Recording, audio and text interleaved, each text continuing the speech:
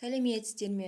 Бүгін сіздермен шоколадты пирог жасаймыз. Шайға өте дәмді, жұмсақ жасап көріңіздер.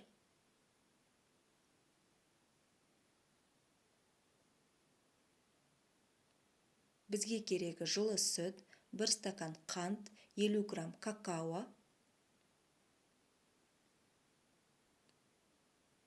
Барлығын жақсылап араластырып аламыз.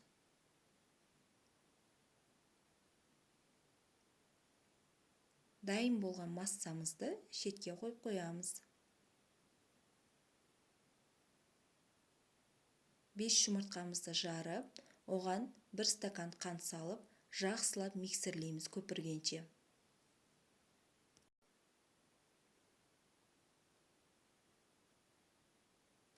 Енді сұйық майымызды құямыз. Тағы да жақсылап араластырамыз. Жаңағы какао массамызды құямыз. Жақсылап миксерлейміз.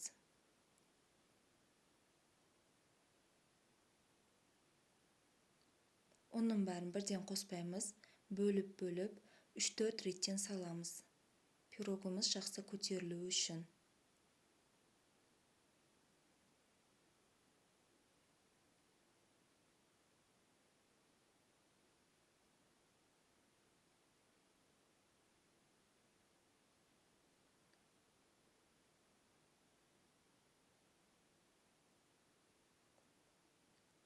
Мен ең соңында қопсытқыш салдым, ол разрыхлитель. Жақсылап араластырамыз тағы да.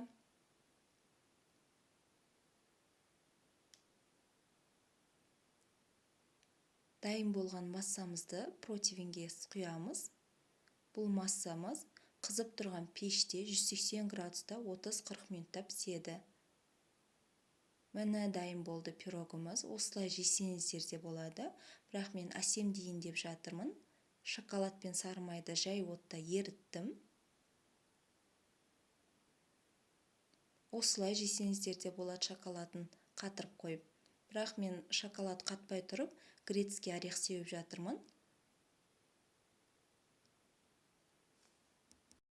Кейін шоколады қату үшін холодильникке 15-20 минутқа қоямыз. Міне дайын, өте оңай, жұмсақ кесіліп жатыр. Иісі де керемет болып тұр.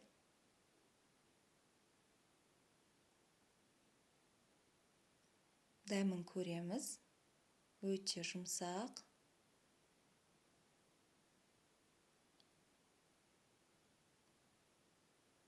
Ас болсын.